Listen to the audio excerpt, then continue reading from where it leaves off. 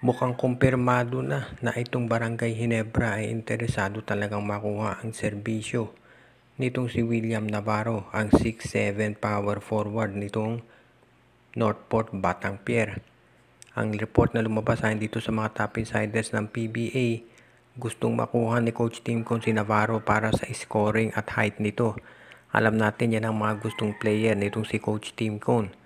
At ang gusto raw nakapalit ni Coach Tim Cone ay ibibigay lang niya ay itong si Sydney Onwubere o kaya itong si Bon Pesumal. Ang original report baka yung dalawa ang ibigay, pero ang gusto raw ni Coach Tim Cone isa lang doon ang pakakawalan niya. Si Nards Pinto raw ay hindi po pwedeng i-trade at tignan na lang natin kung ito nga ay mangyayari. Sa tingin ko medyo one-sided masyado kung si Navarro for Onwubere lamang. Pero tignan natin, alam natin marami ng trades na nagaganap dito sa PBA. Kaya sa ngayon, hindi pa natin masabi kung ito'y maa-approve. Ang maliwanag dito, kung makuha ng Barangay Ginebra si William Navarro, lalong lalakas yung lineup ni Coach Tim Cone at lalong tatangkad. Meron ka ng Malonzo dyan sa front court mo, may Aguilar ka pa, meron kang Stan Hardinger. Kung idadagdag mo pa itong 6'7 na Malonzo, tatangkad lalo yan. May 6'6 ka pang Jeremiah Gray. So mukhang yan talaga ang plano ni Coach Tim Cone na palakasin ng Ginebra. At hindi naman ito nakapagtataka dahil syempre, ang Ginebra, alam natin na nawali sila nung huling conference ng SMB at natalo sila sa final sa TNT. Kaya gustong mag-rebuild nitong Gene Kings. At ang isa nga dyan ay ang pagkuha dito kay William Navarro. Alam natin itong San Miguel Beer, interesado din dito kay Navarro. Pero kung mapupunta sa Ginebra si Navarro, malamang si Lucero naman ang maibigay dito sa San Miguel Beer.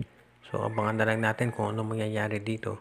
At kung talagang si Onwubere ang magiging kapalit nitong si William Navarro o dadagdagan pa nila ng mga players at ng mga draft picks para ma-approve.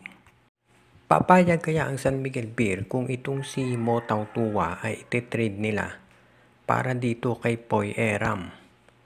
Itong si Tautua, kung inyong maalala yung sinabi ni Coach George Gallant, mabibigyan siya ng mas mahabang playing time kung maganda ang kanyang ipapakita. Parang pahiwatig na to na hindi satisfied ang performance ang management dito sa nilalaro ni Tautua. At kung kayo nanonood ng mga games ng San Miguel Beer, makikita nyo naman na nag-i-struggle madalas itong si Mo.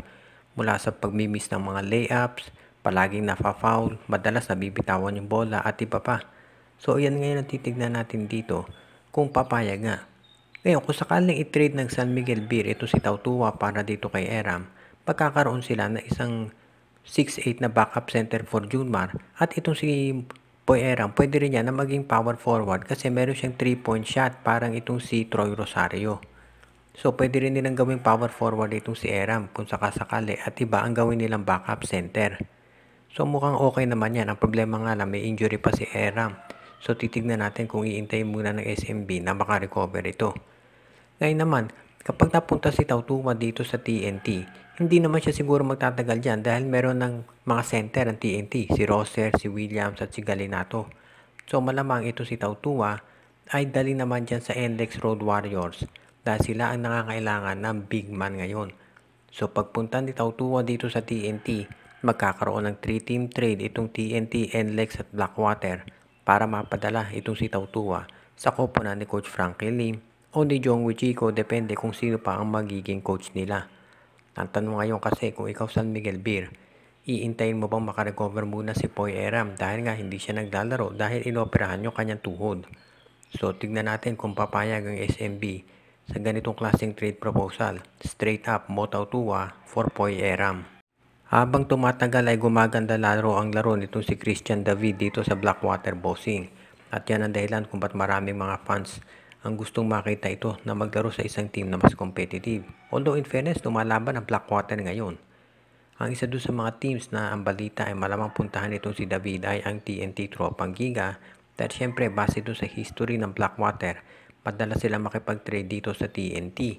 Ngayon kung sakasakali, excited na yung mga fans ng TNT syempre dahil kapag nagkataon, isipin mo kung meron kang Calvin Oftana at meron kang Christian David doon sa front court mo. Parehong matinding scorers yan, parehong matangkad at athletic. At yan ang dahilan kung bakit sila ay kinukonsidera ngayon ng mga top forwards ng liga. Ang tanong ngayon kung ititrade ng Blackwater itong si Christian David para kanino kaya? Well, marami namang options tayong nakikita dyan. Pero syempre kung ikaw kukunin mo itong si Christian David, Ang TNT malamang ibigay ay yung mga guards nila. Katulad dito si Kim Montalvo for example.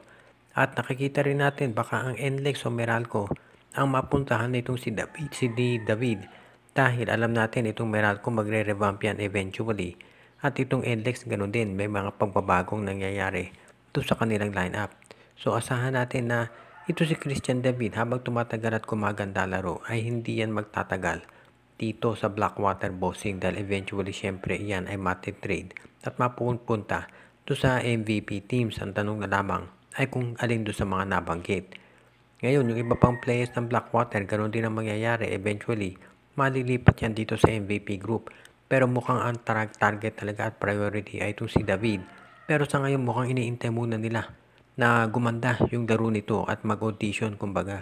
At kapag humusay na itong si David, ay kukunin na yan ng TNT Tropang Giga malamang o ng Meralco Tenlex para lalo sila na maging competitive ngayon kontra SMC.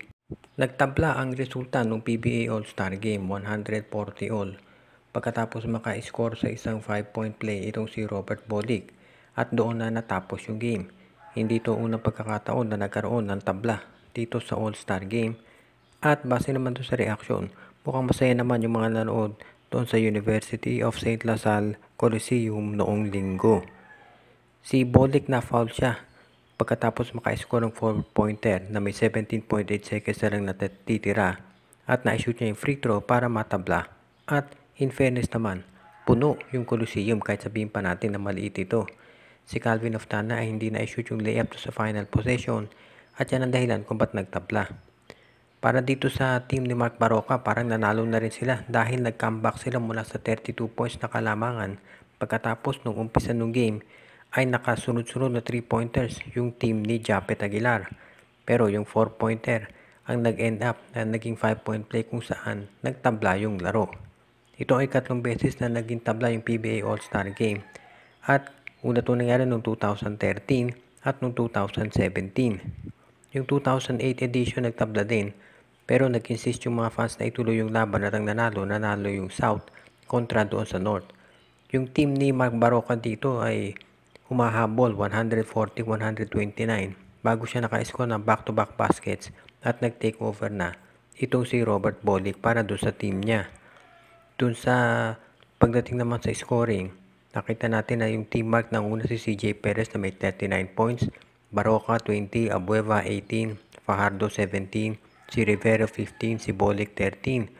Samantala naman sa Team Japet, si Pugoy may 25, Lassiter 24, Aguilar 21, si Malonzo 17, si Tolentino 13, at si Terence Romeo naman ay naka 11 points. So medyo maganda naman yung naging resulta ng All-Star Game. Shout out kay Joseph Pineda, Donald Santiago, Alexis De Terrala, Kuya Mike TV, Luis Alon, kay John Mark Cantos, John Ray Marquisuela, Michael D, Jonald Malyari, Romeo Conchada, Kagawad Katsakino Dukusin, Joshua Giray Espejo at Rosales family, RG Bueno at Dalina family, Jason Mendoza, JJ Sibum, Enju Ireneo Salangsang, kay Judy, Jaira, Carl, Shaina at Edwina at Jonah Villarosa, Edwin Carmona Jr., kay Gia, Gio, Len at OG Santillana at Tagle family, Dionisio Mercado, Rico Olarte, Ronald Barbosidad, kay Reden, Elena, Laila at Bonbon Lansang, at kay Jonel Alago at Celino Valles family.